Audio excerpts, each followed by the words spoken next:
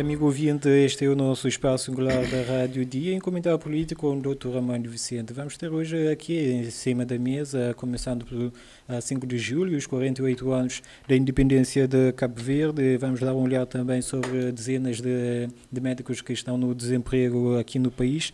Alfândegas vão vão para uma greve na próxima semana. Também o relatório do Fundo do Ambiente e do Turismo de 2018 continuam engavetados. O Presidente da República aproveitou o 5 de julho para mandar recados. O Banco Interatlântico investe cerca de 4 milhões de euros na nova sede. Roubo na Fundação Amílcar Cabral. Vamos também dar um pequeno olhar sobre este acontecimento também. E a situação da Boa Vista, que é catastrófica, segundo o deputado do Partido Popular, Sérgio Corrado. Doutor Armando, começando para a questão, os 48 anos da independência de Cabo Verde, como avalias esses 48 anos? Não é só ver o lado mau da questão. A independência significou a soberania de Cabo Verde, algo de bom, o próprio povo a conduzir os seus próprios destinos.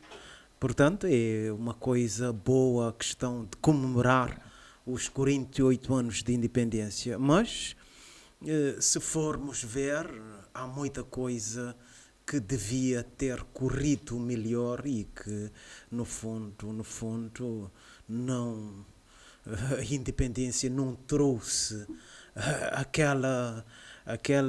aquele desejo, não complementou aquele desejo do povo. Por exemplo, de ser mesmo independente, não é? Ser mesmo independente. A independência económica em Cabo Verde ainda é um grande desafio, porque nós dependemos das remessas dos imigrantes e dependemos da ajuda externa. Cabo Verde ainda vive de mãos estendidas para o exterior, coisa que em 48 anos devíamos ter dado um passo significativo. Se formos ler alguma coisa sobre o pensamento de Amílcar Cabral, a questão da industrialização do país devia ser uma realidade. Nós investimos no turismo, nós estamos mais focados no turismo, mas o turismo traz pouco desenvolvimento, para além da externalidade negativa que o turismo traz. Nós temos um país endividado com quase 150% do PIB, é o rácio que diz-se bem que a dívida pública tem reduzido, mas temos ainda há bem pouco tempo o ministro da Família disse que Cabo Verde tem 63 mil cabo-verdianos a enfrentar a pobreza extrema. 63 mil cabo-verdianos é mais de 10% da população a não ter comida na mesa todos os dias. Temos um país envolto em corrupção. É só ver o exemplo estes dois últimos exemplos da corrupção que envolve os dois fundos, o Fundo do Ambiente e o Fundo do Turismo. Mas há mais questões da corrupção, como a máfia dos terrenos, que até certo ponto condicionou a possibilidade do cidadão ter uma habitação. A taxa do desemprego de 14,5% e nos jovens a taxa de desemprego de quase 30%. Ou seja, em cada 100 jovens em idade de trabalhar, 30 não têm emprego. A inflação, se formos ver, para além do desemprego, a inflação acumulada hoje em Cabo Verde é mais de 20%, ou seja, o poder de compra do cidadão cabo-verdiano tem sido reduzido em mais de 20%. Portanto, existem muito mais coisas por dizer. A questão do transporte marítimo, a ligação entre as ilhas, o transporte aéreo, muita coisa que na verdade não vai bem, sem esquecer também a questão da saúde, que vamos ver mais à frente, mas não esquecer que a saúde é quase um parente pobre em Cabo Verde. As pessoas têm de ir ao estrangeiro à procura de saúde. Portanto, 48 anos de independência, os desafios continuam muitos, nós devíamos estar um pouco mais avançado e, no fundo, ainda temos muita coisa por fazer. Muito bem, cerca de uma dezena de médicos aqui em Cabo Verde estão desempregados. Qual é o seu olhar sobre isso? É o jornal A Nação que traz essa questão de muitos médicos que terminaram a sua formação e que, apesar de falta de médico nos hospitais, esses médicos continuam no desemprego e o jornal A Nação diz que o país tem enfrentado a falta de médicos de clínica geral e especialistas em diversas ilhas, nomeadamente na Ilha do Sal, Fogo e Santiago, causando constrangimentos frequentes aos utentes e que, apesar desse déficit, o sistema público de saúde mantém dezenas de médicos no desemprego no país, por indisponibilidade orçamental. Já falamos aqui que, na verdade, o orçamento do Estado para a saúde é um orçamento que não chega para as necessidades da saúde, a saúde que é uma questão prioritária e o Estado não disponibiliza verbas que até certo ponto deviam ser suficientes para, na verdade, atender às necessidades do tratamento de saúde. Portanto, é uma questão que até certo ponto fica em aberto, é uma questão que fica em aberta e que nós devemos questionar muitas ações deste governo. Eu não posso deixar de trazer esse exemplo mais gritante, que é, até certo ponto, desperdício dos recursos públicos. Lembremos o valor que este governo gastou na Ocean Race, meio milhão de contos para uma atividade de 3 dias, que era a corrida de barcos estrangeiros que passavam aqui em Cabo Verde, e o governo de Cabo Verde, segundo as informações, gastou meio milhão de contos para, na verdade, fazer esse evento. O que é que daria meio milhão nessa questão de saúde? Daria para contratar 347 médicos num ano.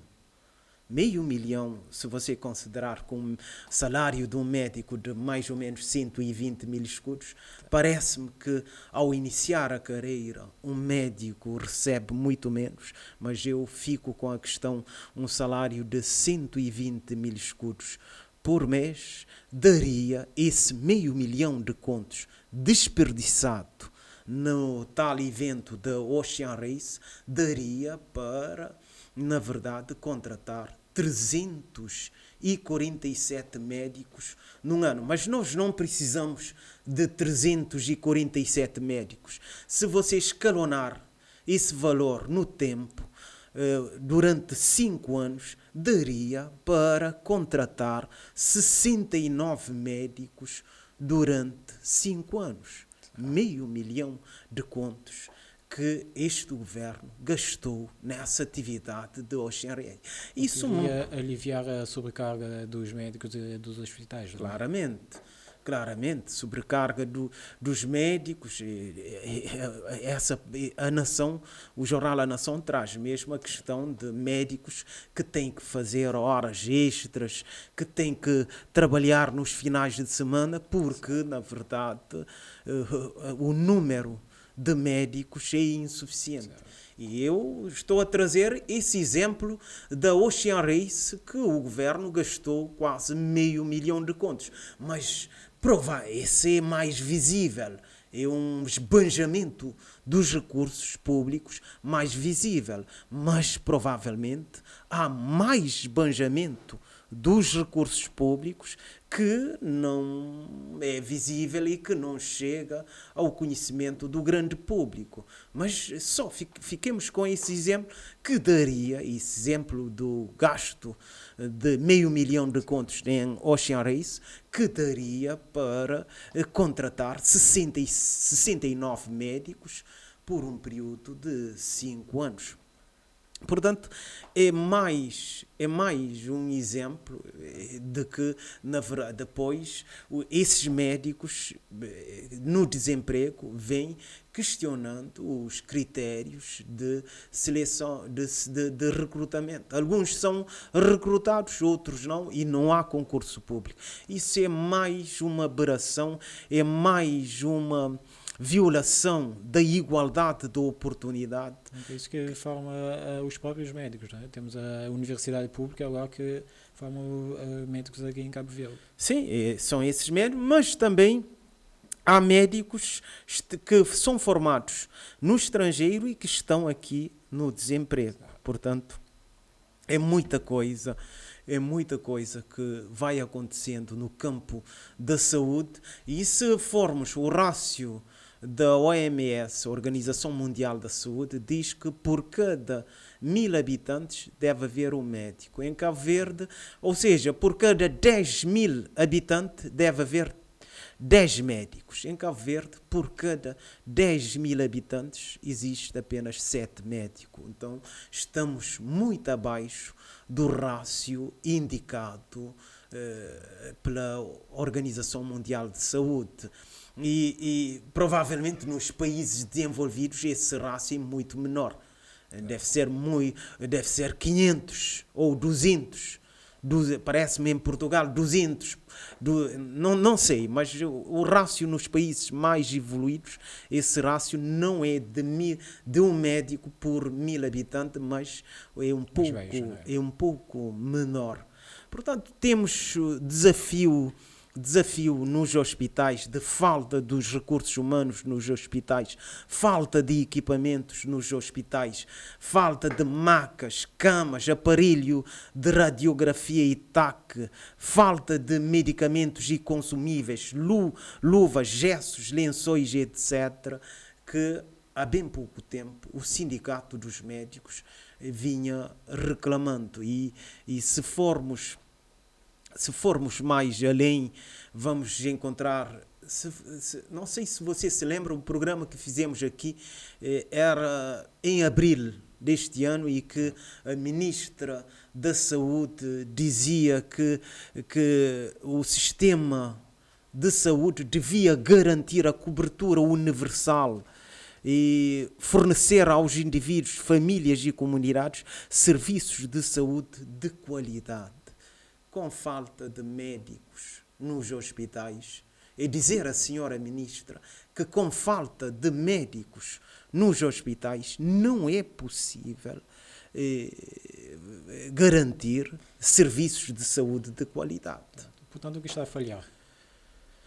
O que está a falhar é muita coisa, Rivaldo. Muita coisa falha nos serviços de saúde em Cabo Verde. A primeira questão é a questão económica. O orçamento do Estado para a saúde tem que ser um pouco mais. Já vimos que na Alemanha, por exemplo, não é possível comparar Cabo Verde e Alemanha, mas vamos ver essa questão. Na Alemanha, o orçamento do Estado para a saúde é de 20% do orçamento geral. Aqui em Cabo Verde nem chega a 10%.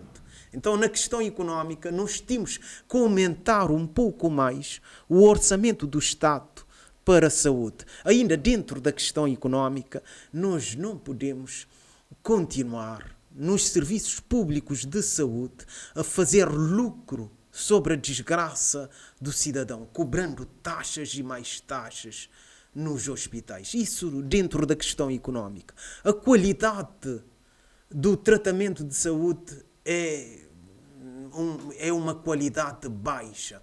É só verificar o tempo de espera nas bancas de urgência, tempo de espera por uma consulta, tempo de espera por uma análise, resultado das análises, é um tempo exagerado. Depois, se formos à questão do INPS, o amparo que o doente tem com o INPS, remédios caros, remédios bons e caros, não têm a cobertura do INPS. O INPS é mais um fundo para investir em capitais de risco, ou então servir de caixa 2 do Estado de Cabo Verde, através do governo, é a queixa que se faz, do que o INPS cumprir a sua missão, que é apoio ao trabalhador. Depois, ainda mais, temos que verificar o conflito de interesse que existe entre o sistema público de saúde e o sistema privado. Às vezes, o sistema privado de saúde usa o sistema público de saúde para faturar. Isso não pode continuar. Depois é ver a questão do salário, do enquadramento, do recrutamento dos profissionais de saúde. A própria autoridade reguladora ainda não exerce o seu papel eficientemente, bem como a Ordem dos Médicos, que é mais uma corporação da defesa dos profissionais do que a defesa da qualidade dos serviços de saúde. Portanto, utilizando o método cartesiano, René Descartes dizia, diante de um problema complexo, é dividir os problemas em parte e tentar solucionar. Então, é ver a questão económica, é segregar a questão, é qualidade do tratamento, os indicadores de qualidade de saúde, é ver a questão do INPS, é ver a questão do sistema público e privado de saúde, conflito de interesse, é ver a questão da satisfação dos trabalhadores, a motivação, a questão salarial, o recrutamento dos trabalhadores da saúde e chegar à autoridade reguladora, a ERS de saúde e a Ordem dos Médicos. São esses quesitos que, dentro do campo da saúde, a ministra Filomena Gonçalves deve ter em conta. Muito bem, passando para o próximo ponto desta nossa conversa, o relatório de 2018 do Fundo do Turismo e do Ambiente continua engavetado. Como reages a isso? É como vínhamos dizendo, é uma grande novela. Cada dia mais um capítulo que o jornal A Nação traz e que até certo ponto faz com que o cidadão fique chocado com tamanha corrupção que envolve a gestão da coisa pública em Cabo Verde, e o ministro das Finanças diz que não vê, na Comissão Parlamentar de Inquérito, ele respondeu aos deputados que ele não vê nada de especialíssimo nos relatórios, ou seja, há uma cumplicidade deste ministro com a corrupção que envolve esses dois fundos, e quando alguém pede a cabeça desse ministro, tem toda a razão, porque é o dinheiro público que está sendo gerido. O dinheiro não é do Ministro das Finanças, o dinheiro pertence ao povo de Cabo Verde e tem que ser gerido na base da legalidade, da razoabilidade, da transparência, da prestação de contas e, sobretudo, da responsabilização de quem fez um mau uso do dinheiro público. Mas é tudo tudo interligado? Exatamente, é tudo interligado. O dinheiro que foi tirado do fundo do turismo não se sabe para onde é que foi. Nós não sabemos. Por exemplo, 100 mil contos que saiu do fundo do turismo e que foi para Boa Vista e que não aparece nas contas bancárias da Câmara Municipal da Boa Vista. Para onde foram os 100 mil contos? Depois é muito dinheiro.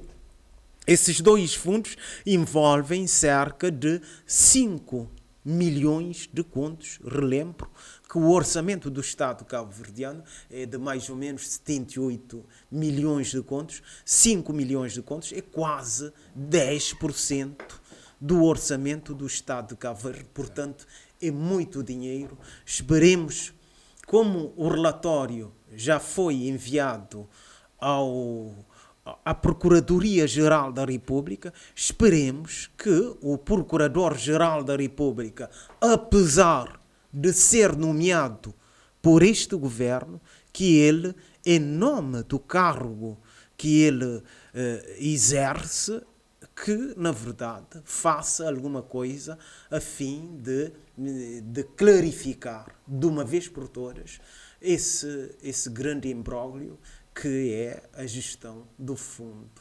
do turismo e do fundo ambiente. Portanto, face a tudo isto, qual seria, eu diria, o destino mais provável para o Olavo Correia? O destino para o Olavo Correia é continuar no governo. Não há esse primeiro-ministro não tem um histórico de proteger os seus ministros. Nunca já exerceu o cargo de primeiro-ministro durante 7 anos, ou 8 anos, sim, 7 anos, e nunca, apesar dos escândalos dos seus ministros, nunca demitiu qualquer ministro. É ver a questão do Paulo Rocha, na questão do Zezito Dente de Ouro, e que a comunicação, toda a sociedade esperava que ele demitisse o ministro Paulo Rocha. Na verdade, ele sustentou. Portanto, Olavo Correia está de pedra e cal no governo e vai continuar de pedra e cal neste governo. Não vai nada de novo vai acontecer com Olavo Correia e pronto. Infelizmente,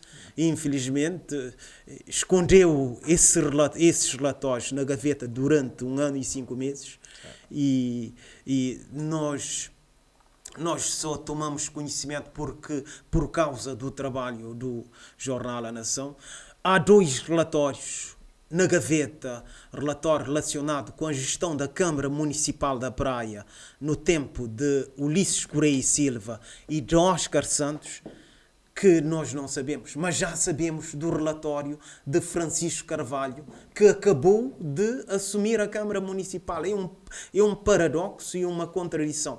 Como é que o relatório de Francisco Carvalho, que assumiu a Câmara recentemente, já é do conhecimento geral, e os relatórios de Ulisses Correia e Silva, que governou a Câmara Municipal da Praia de 2008 a 2015, esses relatórios não são publicados, e Oscar Santos também, que governou a Câmara de 2016 a 2020, e esses relatórios não são do conhecimento público, e o relatório de Francisco Carvalho, recentemente a trabalhar na Câmara ainda, já é do conhecimento. Portanto, há um paradoxo, há uma contradição, há a questão de se envolver a Inspeção Geral das Finanças tornar-se a Inspeção Geral das Finanças ou os diversos órgãos inspectivos do Estado em braço político partidário do MPD, coisa que não beneficia o bom governo da coisa pública, prestação de contas e a responsabilização dos atores políticos dentro do Estado. Passando para o próximo ponto desta nossa conversa, Dr. Amantes, o Presidente da República aproveitou o dia 5 de julho, o dia que celebrou os 48 anos da independência de Cabo Verde, para mandar um recado. Que recado foi esse?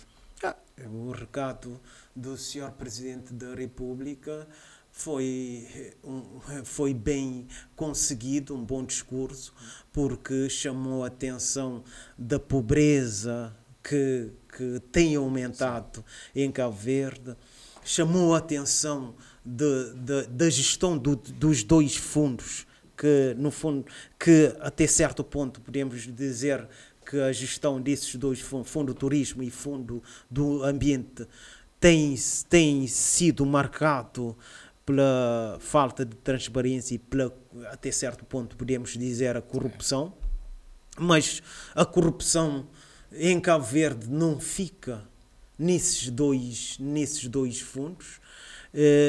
Chamou a atenção na questão da qualidade dos serviços de saúde, a morte das crianças em São Vicente, no Hospital Batista de Souza, que até certo ponto se queria abafar, e esperemos que o novo inquérito traga a verdade ao de cima, e entre outros assuntos, que na verdade o desemprego jovens, trouxe também a questão do desemprego jovem, pessoas que querem sair de Cabo Verde, porque Cabo Verde não tem sido um país das maravilhas, que até certo ponto o MPD pinta Cabo Verde como um país das maravilhas, que é uma grande ficção, porque a realidade é outra coisa.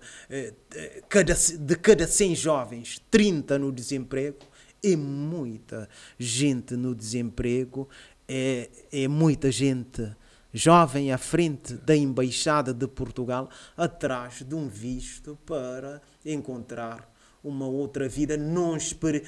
Esperemos que não façamos, não cheguemos ao ponto de entrar nos barcos, nas lanchas e tentar chegar à Europa. Esperemos que não cheguemos a esse ponto, mas o caminho certo que este governo indica é esse caminho certo da desilusão, da frustração, da insegurança pública, do poder de compra que vai reduzindo e aumentando a pobreza. Então são esses pontos que ficam marcados no discurso do Sr. Presidente da República e que têm toda a razão de ser, e espera-se que o MPD não venha dizer que o Presidente da República esteja a fazer o papel da oposição, porque o Presidente da República é um representante do povo e deve viver a realidade, deve viver o sofrimento do povo, não deve ficar de boca calada como o antigo Presidente da República, Jorge Carlos Fonseca, que foi um não Presidente da República, que era apenas entrar no avião e viajar. É isso que eu devo dizer do antigo Presidente da República. Esperemos que Zé Maria Neves faça uma presidência marcante, muito diferente da presidência de Jorge Carlos Fonseca. Portanto, que política ou político a Cabo Verde necessita de momento? Cabo Verde necessita de políticos altruístas, de políticos não egoístas, de políticos que pensam que a vida é passageira e que hoje você está aqui, daqui a 50 anos ou daqui a algum tempo você é cinza, e que a sua dignidade não é algo que é medida em termos de cifrão, mas a sua dignidade é algo que é medida em termos do seu comportamento, dos valores, da educação, da honestidade, coisa que falta nos políticos cabo-verdianos. Entretanto, passando para o próximo ponto desta nossa conversa, o Banco Interatlântico investe cerca de 4 milhões de euros na sua nova sede. Qual o seu olhar sobre isso? Os bancos em Cabo Verde estão a fazer dinheiro e investir 440 mil contos numa sede não é nada, quase nada para os bancos, pelo rendimento que os bancos têm tido. Não sei se você se lembra que os dados publicados pela Lusa diziam que os bancos em 2022 fizeram de lucro 4.666.000 contos. É muito dinheiro que os bancos têm ganho em Cabo Verde. E se você comparar esses 4.666.000 contos de lucros ganhos em 2022 com o ganho de 2012, que era de 349.000 contos, os bancos, fazendo essa comparação, os bancos multiplicaram o seu lucro por 12 vezes mais. Portanto, as empresas que vêm, os bancos são as empresas que mais lucram em Cabo Verde. Investir 440.000 contos numa sede é quase nada, e esperemos que assim, agora indo para o lado positivo, certo, é ver que esse investimento também surta efeito na qualidade dos serviços que os bancos vêm prestando, porque os bancos fazem lucro, mas depois você vai a um banco, você é obrigado a esperar horas e mais horas numa fila de espera, porque, na verdade, em vez de se contratar mais gente para colocar nos balcões, para atender as pessoas, se você contratar menos pessoas, é contra a qualidade dos serviços, você também está a reduzir os custos. Reduzindo os custos, você aumenta o lucro. É coisa que o BCV, o Banco de Cabo Verde, devia estar a admitir a qualidade do serviço dos bancos em Cabo Verde. Nos outros países você tem o cliente mistério. O cliente mistério é um cliente que vai ao banco, vai para medir a qualidade de serviço, mas vai como um cliente qualquer, não se sabe se é um tipo um supervisor, né? Sim, se é um supervisor, se é alguém que vai medir a qualidade do serviço, e faria um grande serviço se o BCV fizesse esse trabalho da medição do tempo de espera nos bancos de Cabo Verde, porque é uma tortura estar na fila de espera dos bancos em Cabo Verde, horas e mais horas, à espera do atendimento, porque menos gente no balcão, menos balconistas, significa menos custo para os bancos, menos custo para os bancos significa mais lucro, e mais lucro que é de quase 5 milhões de contos de lucros em Cabo Verde nessa pequena economia.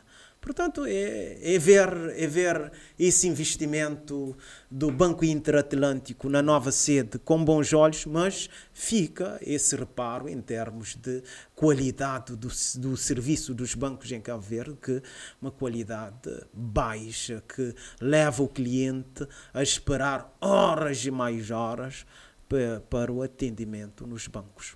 E as alfândegas, Dr. Armando, vão partir para uma greve na próxima semana. O que tens a dizer sobre isso? As alfândegas, sim, disseram que vão partir para a greve. A reivindicação da classe aduaneira, segundo o jornal A Nação, é a questão da distribuição de remunerações acessórias, que eles entendem que estão sendo prejudicados, e também a outra reivindicação é o reenquadramento profissional de 80% dos funcionários da Direção-Geral das Alfândegas, que ficaram lesados com a aprovação dos estatutos dos técnicos de receitas do Estado, é outra reivindicação, e a regularização da situação dos contratados. Portanto, a pauta reivindicativa para essa greve essa pauta reivindicativa para essa greve. Pronto. E quando alguém decide fazer uma greve é porque, na verdade, pensa que a sua reivindicação tem direito, tem razão de ser, e num país em que as pessoas estão a perder o poder de compra, mexer no queijo das pessoas não é um bom caminho, e esperemos que haja entendimento entre o Ministro das Finanças e o pessoal das alfândegas, porque as alfândegas, parece-me que a maior parte das receitas do Estado passam pelas alfândegas. E se o pessoal das alfândegas fizer a greve, com certeza que vai refletir também nas receitas do Estado. Então é esperar que haja um entendimento entre as duas partes e que também haja razoabilidade na carta reivindicativa do pessoal das alfândegas. Nós não sabemos se na verdade se na verdade há razão de apresentar, mas quem na verdade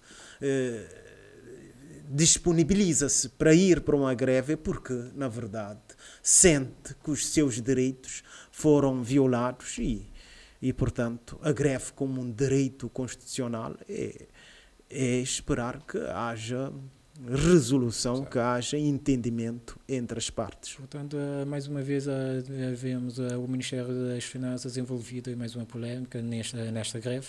Como vês a administração deste Ministério? Bom, a administração em si do Ministério das Finanças, nós não temos tido muita coisa, e não tem havido, para além dessa questão do fundo, de guardar os relatórios do fundo, nós não temos tido muitas informações contrárias. O certo é que, se formos avaliar o Ministro das Finanças, quando ele disse que o Estado perde 15 milhões de contos decorrente da evasão fiscal, e passaram alguns anos, nós não vê, por exemplo, você vai a uma loja, você compra uma coisa e você não sai com o recibo, com a fatura da venda. Até certo ponto, nesse quesito, o Ministro das Finanças nada tem feito para evitar essa evasão fiscal. E a evasão fiscal é algo que provoca a injustiça social, porque com a evasão fiscal você aumenta o lucro da sua empresa contra dinheiro que entrava nos cofres do Estado para, por exemplo, você comprar remédios nos hospitais, ter uma boa escola. Isso é uma distorção que provoca mais injustiça, mais desigualdade social. E o Ministro das Finanças não tem feito nada para, na verdade, reconfigurar combater essa evasão fiscal. Certo. Passando para o próximo ponto desta nossa conversa, a Fundação Amílcar Cabral foi alvo de roubo a 5 de julho, não é? O que tens a dizer sobre isso? Bom, isso é mais um facto que mostra que a segurança pública é um grande desafio para o Estado de Cabo Verde. Veja, essa Fundação Amílcar Cabral fica atrás da Igreja Católica, sobre o platô, perto do quartel de tropa e perto da Presidência da República, não muito longe da Presidência da República, e você vê claramente que a questão da segurança não é uma prioridade para este governo. Se você andar sobre... Nós já falamos isso diversas vezes, Rivaldo.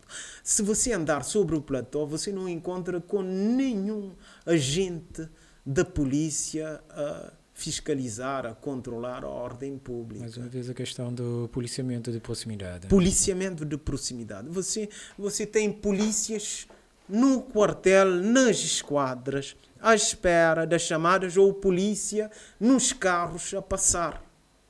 Não é assim? Por exemplo, o meu amigo me falava que em Abidjan, Costa do Marfim, a polícia, em vez de usar carros de patrulha ou carros a andar, usa drones que fazem a vigilância da ordem pública. Por que não copiamos? Já que não podemos pôr polícia, não podemos ou não queremos pôr polícia na rua a fiscalizar a ordem pública, por que então que não vamos investir em drones para fazer o policiamento de proximidade?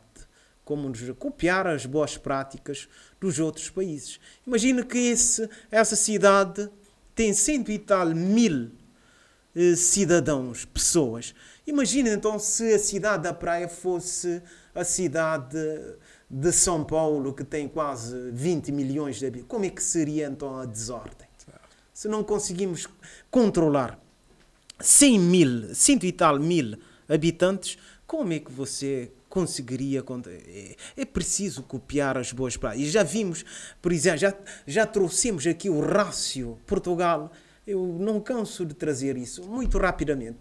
Portugal, 100 milhões de habitantes, 10 milhões de habitantes, 42 mil polícias, rácio mais ou menos de 236 pessoas por cada polícia.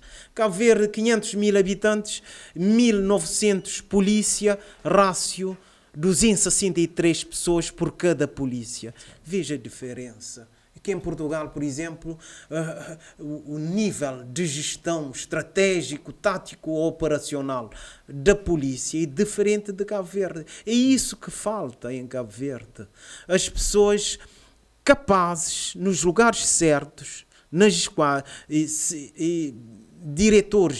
diretores ou gestores das esquadras, chefe das esquadras, com capacidade para, na verdade, fazer o seu trabalho, planear, organizar, controlar o seu trabalho do dia a dia e fazendo com que os agentes da polícia estejam a fazer o seu trabalho de fiscalização da ordem pública, coisa que não temos em Cabo Verde.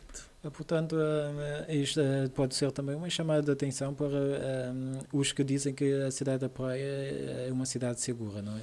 Sim, isso o deputado Celso Ribeiro tem que, do MPD, e os outros, o deputado, esqueci, o Paulo Veiga, que fez um discurso de extrema-direita nesse evento de 5 de julho, e eles devem responder se a cidade da Praia, eles devem também lembrar do companheiro deles, Manuel Moura, que foi baleado. Então, se a cidade da Praia, eles devem responder se a cidade da Praia é uma cidade segura, diante dos factos que vão acontecendo que abalam a segurança pública.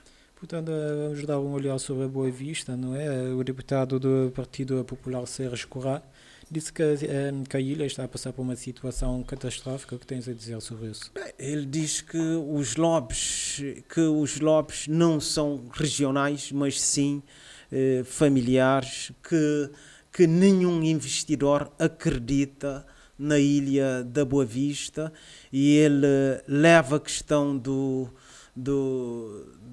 da Sociedade de Desenvolvimento Turístico da Boa Vista, que, segundo ele, consome anualmente 150 mil contos e que nunca conseguiu trazer qualquer investidor para a Boa Vista. Segundo ele, na Boa Vista há 2 cancros. A Sociedade de Desenvolvimento da Boa Vista, que apenas serve para consumir os recursos do Estado, 150 mil contos por ano, e a outra empresa, a empresa AIB, a empresa de água e energia da Boa Vista, que no fundo cobra 11% a mais que as outras. Na Boa Vista você paga 11% a mais de água e energia que as outras ilhas, porque há um conselho de administração de uma empresa que representa apenas 20.000 cidadãos da Boa Vista, enquanto, por exemplo,